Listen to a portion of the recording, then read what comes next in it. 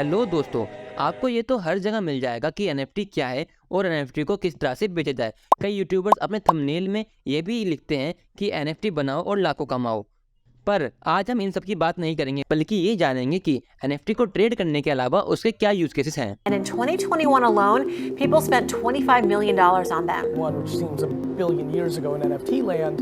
Everything is being sold on NFT and NFT is getting very, very popular. This is just the beginning of the decentralized movement. NFTs will revolutionize most online industries, but it is starting with the creative economy. NFTs are not a scam.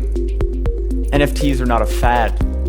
In fact, NFTs are the building blocks of the internet of the future.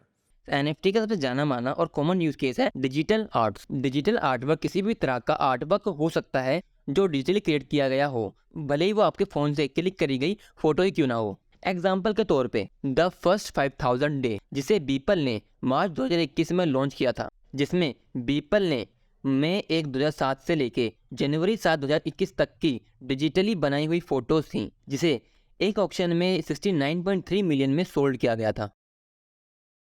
Next हैं दोस्तों collectibles. ऐसे item जो rare हो, unique हो या जिनका historical significance हो, हम उन्हें कलेक्टिबल कह सकते हैं। एग्जाम्पल के लिए मान लीजिए आपके पास कोई पुराना सिक्का या नोट हो या किसी सेलिब्रिटी का सिग्नेचर, ये सभी ही रेयर, यूनिक या फिर इनका कोई हिस्टोरिकल सिग्निफिकेंस है। और अगर हम एज एनएफटी की बात करते हैं तो ये हो सकते हैं क्रिप्टो पंक्स जो कि रेयर हैं और यूनिक भी, बोर्ड एप याच क्लब जो कि रेयर है और यूनिक भी। और अगर आपको बोर्ड एप याच क्लब के बारे में जानना है, जिसने सिर्फ 9 महीने में $1 बिलियन की सेल को पार कर दिया था, आप हमारी प्रीवियस वीडियो को चेक कर सकते हैं। या फिर जैक डॉर्सी का किया गया फर्स्ट ट्वीट, जो कि सीईओ थे ट्विटर के। अब नेक्स्ट है गेमिंग एनएफटीज। कोई भी इन गेम आइटम जैसे कैरेक्टर, कार, कार्ड्स, गन या कैसा भी इन गेम आइटम को आप ट्रेड कर सकते हो एज एनएफटी विद प्लेयर, और वो भी रियल मनी के थ्रू। अगर इसके एग्जांपल की बात करें तो क्रिप्टो किटीज, जो कि काफ़ी फेमस गेम है, जिसमें आपको 2 किटीज़ की ब्रीडिंग करानी होती है और उसके बाद आपको एक बिल्कुल ही न्यू किटी मिलती है जो कि यूनिक होती है, उसकी खुद की एक आइडेंटिटी होती है, या जिसे आप एज एनएफटी ट्रेड भी कर सकते हैं विद अदर प्लेयर्स। और इस एनएफटी की दौड़ में म्यूजिक भी है, जो कि हमारा अगला यूज केस है। म्यूजिक एनएफटी एक बड़ा ही अनोखा और नया तरीका है ओनरशिप और रिवेन्यू शेयरिंग का। चलो इसको मैं एक एग्जांपल के थ्रू समझते हैं। मान लो कैरी नाटी ने एक न्यू सॉन्ग रिलीज किया बट एज एनएफटी, तो सॉन्ग का आप में से कोई भी खरीद सकता है और उसे खरीदने के बाद तुम्हें उसकी ओनरशिप मिल जाएगी और उस सॉन्ग का रिवेन्यू भी तुम्हारे साथ शेयर हो जाएगा।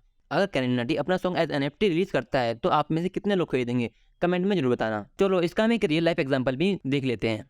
किंग ऑफ लियोन, जो कि एक पहला अमेरिकन रॉक बैंड है जिसने अपनी एल्बम एज एनएफटी लॉन्च की और साथ ही गोल्डन एनएफटी भी लॉन्च करी, जो कि अपने ओनर को लाइफ टाइम का एक्सेस देती है किंग्स ऑफ लियोन के कॉन्सर्ट्स का। अब म्यूजिक तो हो गया, पर स्पोर्ट्स कैसे पीछे रह जाएगा? चलो उसकी भी बात करते हैं। स्पोर्ट्स में एनएफटी रिप्रेजेंट करती है मेमोरेबल मूवमेंट्स, आइटम या हर वो चीज़ जो स्पोर्ट्स से रिलेट करती है। For example NBA top shot, जो कि एक एनएफटी के रूप में गेम के मेमोरेबल मूवमेंट्स, हाइलाइट्स को सेल करती है। और इन एनएफटी में कुछ कॉमन हैं, कुछ रेयर हैं, कुछ लेजेंडरी भी हैं। नेक्स्ट है रियल एस्टेट। रियल लाइफ में रियल एस्टेट एनएफटी का यूज़ काफ़ी कम है, क्योंकि वो भी अपनी अर्ली स्टेजेस में है।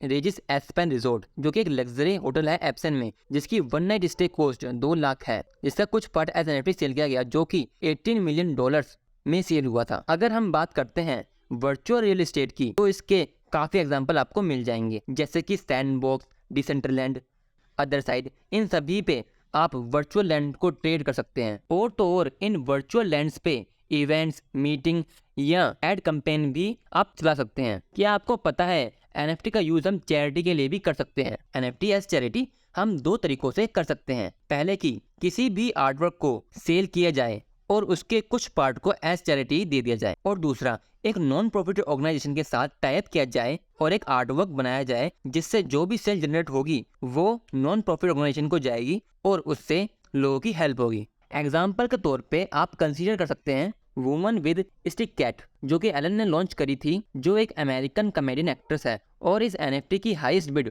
43.75 ETH थी, जिसकी वैल्यू उस टाइम पे $87,500 थी, जिसकी पूरी सेल वर्ल्ड सेंट्रल किचन को दे दी गई, जो एक नॉन प्रॉफिट ऑर्गेनाइजेशन है जिसने टन्स ऑफ मील पेंडेमिक के दौरान लोगों को प्रोवाइड की। नेक्स्ट आती है आइडेंटिटी NFT। क्योंकि ये अभी डेवलपमेंट प्रोसेस में है तो इसकी रियल लाइफ एग्जांपल कम है। एग्जांपल के तौर पे एक टेक्नोलॉजी जिसे SSI के नाम से जाना जाता है, सेल्फ सॉवरन आइडेंटिटी है, जिसे NFT के साथ यूज कर सकते हैं, जिससे हर किसी के पास ये पावर होगी कि वो अपने डाटा को किस तरह से यूज कर सके। अगर आप SSI टेक्नोलॉजी के बारे में और जानना चाहते हैं तो आपको हमारे इंस्टा अकाउंट पे ही मिल जाएगा, जिसका लिंक आपको डिस्क्रिप्शन में मिल जाएगा। अगर आपको इस वीडियो से वैल्यू मिलती है तो इस वीडियो को एक लाइक और हमारे चैनल को एक सब्सक्राइब जरूर कर देना, और इस वीडियो को शेयर करके अपने दोस्तों की लाइफ में भी वैल्यू ऐड आप कर सकते हैं। जब तक के लिए नमस्ते, नेक्स्ट वीडियो में मिलते हैं।